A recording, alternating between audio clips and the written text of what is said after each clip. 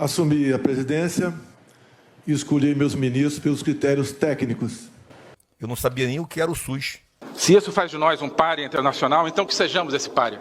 Quando eu assumi o ministério, não sabia quase nada de telecomunicações. Pessoal, vocês vão ficar horrorizados de ver a quantidade de mentiras descaradas que esse Bolsonaro soltou lá no debate, tá? Então, o ministério dele todo centrão, todo desqualificado, e ele solta uma dessas. Mas vamos seguir aqui, porque agora ele deu de inventar que o PT votou contra o auxílio, justamente o PT que sempre defendeu o auxílio em R$600 e permanente. E para piorar, né, tem vídeos do próprio Bolsonaro falando, admitindo que o PT queria o auxílio em 600. Nós passamos para 400 de forma definitiva, contra o voto do PT na Câmara. Não é projeto eleitoreiro, tanto é que o Lula falou que se fosse ele, daria 600. Mas a oposição, que é a favor de um auxílio, quer um auxílio de R$600, mas não oferece nenhuma possibilidade e não tem nenhuma responsabilidade fiscal com isso. Muita gente chega para mim e fala, passa para 600, você está garantido uma eleição. Quero saudar o PSOL e o PCdoB, que com apoio do PT, estamos aqui com emendas e destaques para puxarmos o auxílio para os R$600. Nós vamos apresentar um destaque para que seja permanente o valor dos R$600 e que não seja circunscrito ao período das eleições. E aí, só mais uma para a gente fechar essa sequência aqui. E ele disse que o auxílio de 600, no valor de 600, está garantido para o ano que vem. Mas o governo dele próprio mandou para o Congresso a proposta de orçamento do ano que vem, a LDO, Lei de Diretrizes Orçamentárias, com R$400 de valor. E aí o Lula pegou ele no pulo e falou, mas e aí? Aí o próprio Bolsonaro entrou em contradição. Ele primeiro disse que já estava garantido o valor de R$600 para o ano que vem. Aí depois que o Lula pegou ele no pulo, ele foi lá e disse, não, eu vou buscar o recurso, vou negociar com o Congresso. E o meu governo, no corrente ano, entre outras coisas, deu mais R$200 para o Auxílio Brasil até o final do ano. E já está garantido com a equipe econômica que esse valor será definitivo a partir do ano que vem. Bom, é importante lembrar que a manutenção dos R$600 não está na LDO que foi mandada para o Congresso Nacional. Ou seja, significa que existe uma mentira no ar. Questão de LDO, você resolve. Eu tenho contato com liderança da Câmara. Após as eleições, podemos fazer algo mais concreto, mais detalhado, para buscar recursos para pagar os R$600. Nós não podemos ser aqui inconsequentes, ficar anunciando, vou dar isso, vou dar aquilo. E esse vagabundo desse Bolsonaro não parou por aí não, tá? Vamos revisitar aquele trecho com a Vera Magalhães, porque tem coisa ali, eu não tinha percebido isso. Ela fez uma pergunta totalmente técnica, só apresentando dados, tá? E dados que são do próprio Ministério da Saúde do Bolsonaro. Imunização de crianças mostram que estamos vacinando menos. O índice médio de vacinação no país está em 67%, abaixo do ideal, que é entre 90% e 95%.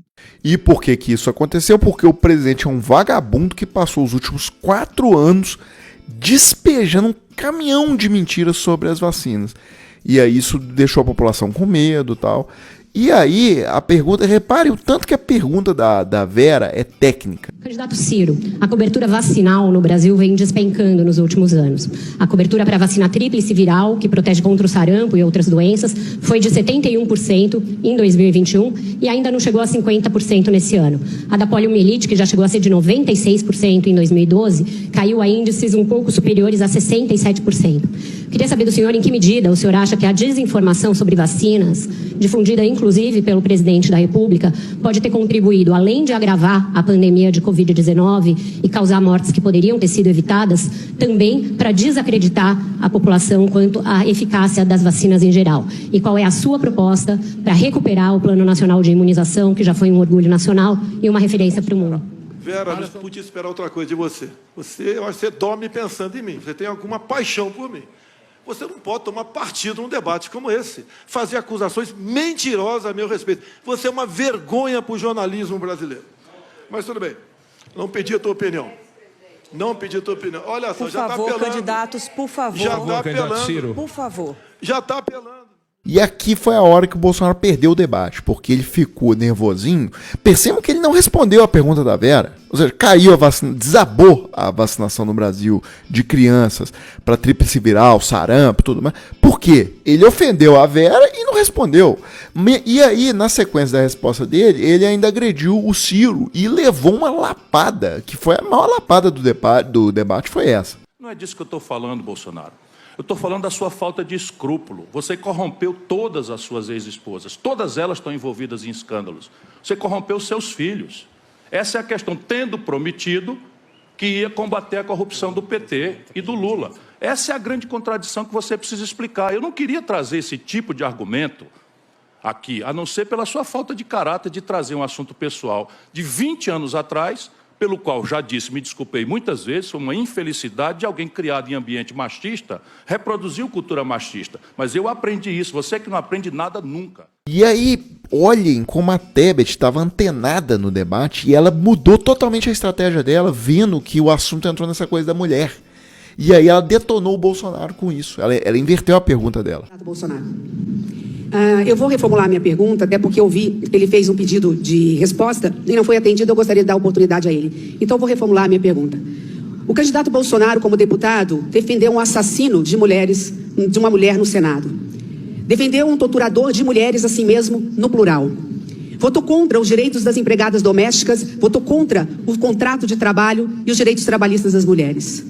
Ameaça jornalistas, comete misoginia, agride as mulheres brasileiras. Eu mesma já fui vítima, repito aqui, de violência política de seus ministros. Eu quero de forma bem objetiva não voltar na questão do robô, que não me intimida, dos reportes de fake news que são divulgados a todo momento, inclusive sobre a minha candidatura. Mas a pergunta é bem objetiva. Candidato Bolsonaro, por que tanta raiva das mulheres?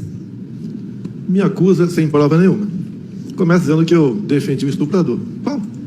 Qual estuprador? Então percebam que a Tebet, hora nenhuma, fala de que o Bolsonaro defendeu o estuprador.